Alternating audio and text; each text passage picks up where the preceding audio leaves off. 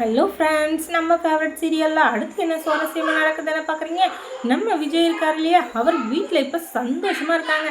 ஆனால் அவங்க சந்தோஷமாக இருந்தால் ஒரு சில ஜென்மங்களுக்கு பொறுக்காது. அப்படி யார் அப்படின்னு சொல்லிட்டு பார்த்தீங்கன்னா, இந்த ராஜேஸ்வரியும் இந்த ரஞ்சிதாவும் தான். இதுங்க ரெண்டுகளும் பிளான் பண்ணிச்சுங்களோ என்ன பண்ணிச்சுங்களோ அது தெரியல. ஆனால் இந்த ரஞ்சிதா காலங்காலையிலே விஜயோட வீட்டுக்கு குருன்னு கிளம்பிடுறா. என்னத்துக்கு அப்படின்னு சொல்லிட்டு பார்த்தா மன்னிப்பு கேட்குறாளாமா. போய் உன் மன்னிப்பை குப்பையில் போடு. ஏன்னா நீ என்னதான் மன்னிப்பு கேட்டாலும் கண்டிப்பாக மயங்க போகிறதில்ல நம்ம விஜய். ஏன்னா அந்த அளவுக்கு கோத்தல இருக்காரு அப்படின்னு சொல்லிட்டு நமக்கு தெரியுது. ஆனால் அவளுக்கு தெரியலையே. ஏதோ ஒரு இதுக்காக அவள் போயிட்டுருக்கா. தூங்கி எழுந்து வந்த நம்ம விஜய்க்கு இந்த இவளை பார்த்ததுமே ரஞ்சிதாவை சரியான கோபம். ஏன்னா இத்தனை நாள் கழித்து நம்ம சந்தோஷமாக இருக்கணும், நம்ம சின்ன வீடாக இருந்தாலும் அந்த வீட்டில் சந்தோஷமாக வாழணும் அப்படின்னு சொல்லிட்டு வந்து உட்காந்துட்ருக்காங்க. விஜயும் நம்ம மல்லியும் அந்த இடத்துல வந்து அதை கெடுக்கிற மாதிரி வேலை பண்ணாங்க. சும்மா இருப்பாங்களா? அவன் எதுக்கு வந்தாலோ அது தெரியல. ஆனால் அவன் இங்கே இருக்கவே கூடாது அப்படின்றதுல உறுதியாக இருக்காங்க நம்ம அன்னபூர்ணியமாக. அதுக்கப்புறம் எதுக்காக இங்கே வந்த ஒழுங்கு மரியாதை இந்த இடத்த விட்டு காலி பண்ணிடு. இங்கே நின்றுட்டுன்னா கல் எடுத்து அடித்து மண்டையை வச்சிடும், மரியாதை கிளம்பிடு அப்படின்னு சொல்லிட்டு இவங்க இந்தக்கிட்ட சொல்ல, என்ன இது உங்ககிட்ட நான் பேசலை, என் மாமா கிட்ட நான் பேசிக்கிறேன் அப்படின்னு சொல்லிட்டு, மாமா என்னை மன்னிச்சிருங்க, நான் தெரியாமல் பண்ணிட்டேன், ஏதோ ஒரு சந்தர்ப்ப சூழ்நிலை என் தப்பு நடந்துச்சு, நான் தப்பு பண்ணலன்னு நான் சொல்ல வரல, ஆனால் என்னை மன்னிக்க கூடாதா? ஒரு வாட்டி என்னை மன்னிங்க. இன்னும் இங்கே வந்து தூக்கி வளர்த்த பொண்ணுனா நான் வந்து தப்பு பண்ணால் அதை தண்டிக்கிறதுக்கு உங்களுக்கு உரிமை இருக்குது. அதுக்காக என்னை வந்து பேசாமல் என்னை தண்டிக்காதீங்க, என்னை கண்டித்து வேணா விடுங்க, ஆனால் தண்டிச்சிடாதீங்க அப்படின்னு சொல்லிட்டு சொல்ல, உன்னை தண்டிக்கிறதுக்குன்னு ஆள் இல்லை, உன்னை கண்டிக்கிறதுக்குன்னு ஆள் இல்லை. ஏன்னா நீ பண்ண வேலை அப்படி. நான் தூக்கி வளர்த்த பொண்ணுன்னு சொல்கிறியே, நான் தூக்கி வளர்த்த ஆள் அப்படின்னு சொல்லிட்டு நினச்சிருந்தேன்னா நீ வந்து இப்படியெல்லாம் பண்ணியிருப்பியா? எனக்கு எதிராக எவ்வளோ சதி வேலை பண்ணேன், அதுவும் நான் கொலை பண்ணேன் அப்படின்னு சொல்லிட்டு நேரில் பார்த்தேன்னு பொய் சாட்சி வேலை சொல்கிறேன். அந்தளவுக்கு உனக்கு என்னை பார்த்து கேவலமாக போயிடுச்சா? உன்னை வந்து ராஜிமா சின்ன வயசுலேருந்து வளர்த்தாங்களா, நான் வளர்த்தேன். அவங்க கல்யாணம் பண்ணி போய் 20 வருஷம் ஆகுது.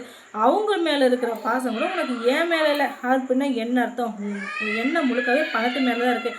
அந்த பணத்துக்காக என்னையும் கல்யாணம் பண்ணிக்க நினச்சி என்ன கல்யாணம் பண்ணிக்க முடியல, அதனால் ராஜேஸ்வரியோட சேர்ந்துக்கிட்டு என்னையே பழிவாங்க அப்படின்னு சொல்லிட்டு சுற்றிட்டுருக்கேன்.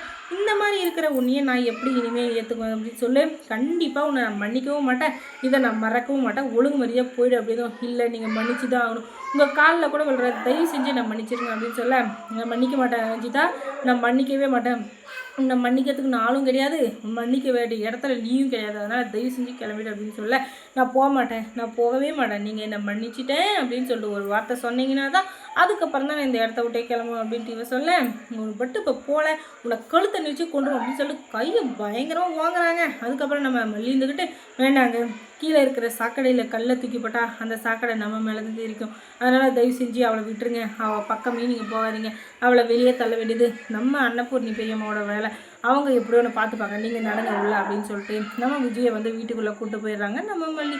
அதுக்கப்புறமா நம்ம அன்னபூர்ணியம் வந்துக்கிட்டு நாளே கேள்வி நறுக்குன்னு கேட்க அதுக்கு பதில் சொல்ல முடியாமல் திகச்சு போய் நிற்கிறாங்க நம்ம ரஞ்சிதா. என்னம்மா ரஞ்சிதா, நீ கோர்ட்டில் தான் பித்தன்னு முடிச்சேன், எந்த கேள்வி கேட்டாலும் பதில் சொல்லாமல் அப்படின்னு சொல்லிட்டு பார்த்தா இங்கே அதுக்கு மேலே முழிக்கிறேன், உனக்கு பதில் சொல்கிற இதே தெரியாது தானே, அந்த அளவுக்கு மூலம் தான் நீ ஏன் அந்த ராஜேஸ்வரி கூட இருந்து கஷ்டப்பட போகிற சொல்லி, நல்ல ஒரு பையனை பார்த்து காதலிச்சியோ இல்லை வீட்டில் சொல்கிற பையனை பார்த்தோ கல்யாணம் பண்ணிக்கிட்டு சந்தோஷமாக வாழ்ந்துருக்கோம். ஆனால் வாழ வேண்டிய வாழ்க்கையை வாழாத உன் வாழ்க்கையை தொலைச்சிட்டு மற்றவங்க வாழ்க்கையும் தொலைச்சிட்டு எதுக்காக இப்படி இருக்க சொல்லு. கண்டிப்பாக நீ வாழ்க்கையில் ரொம்ப கஷ்டப்பட போகிற. இனிமேலும் நல்ல முடிவு எடுத்து நல்லபடியாக வாழணும்னு நினைக்காம இந்த ராஜேஸ்வரி பேச்சை கேட்டுட்டு உன் வாழ்க்கையை நீ சீரழிச்சிக்கிட்டே, அதுக்கப்புறம் அதுக்கு மேலே யாருமே உன்னை காப்பாற்ற முடியாது, அந்த கடவுளாலே முடியாது, அதனால் கொஞ்சமாச்சு திருந்தி வாழு அப்படின்னு சொல்லிட்டு நம்ம அன்னபூர்ணி மசாலா, நீ எல்லாம் அட்வைஸ் பண்ணுற அளவுக்கு நான் இல்லை சரியா, நான் வந்து எப்படியோ வந்துட்டு போகிறேன், எங்கேயோ வந்துட்டு போகிறேன், நீங்கள்லாம் அதை சொல்கிறதுக்கு தகுதியே இல்லாத ஆளுங்க, என்கிட்ட பேசுறதுக்கு கூட உங்களுக்கு என்ன தகுதி இருக்குது அப்படின்னு சொல்லிட்டு பயங்கரமாக பேசிகிட்டு இருக்காங்க நம்மளுடைய அன்னபூர்ணி அந்த ரஞ்சிதா. அன்னபூர்ணி அம்மாவுக்கு ஒரே ஷாக்கு, ச்சே இதை போய் நல்லா இருக்கும்னு நினச்ச பற்றியா, எனக்கு இது வேணும் இன்னமும் வேணும், என் புத்தியை நான் சிறப்பாக வச்சுக்கணும் அப்படின்னு சொல்லிட்டு மனசை நினச்சிக்கிட்டு ஒழுங்கு வரையும் இந்த இடத்த விட்டு கிளம்பல. அதுக்கப்புறம் இங்கே நடக்கிறதே வேறு அப்படின்னு சொல்லிட்டு அவளை கத்தி விட்டுறாங்க.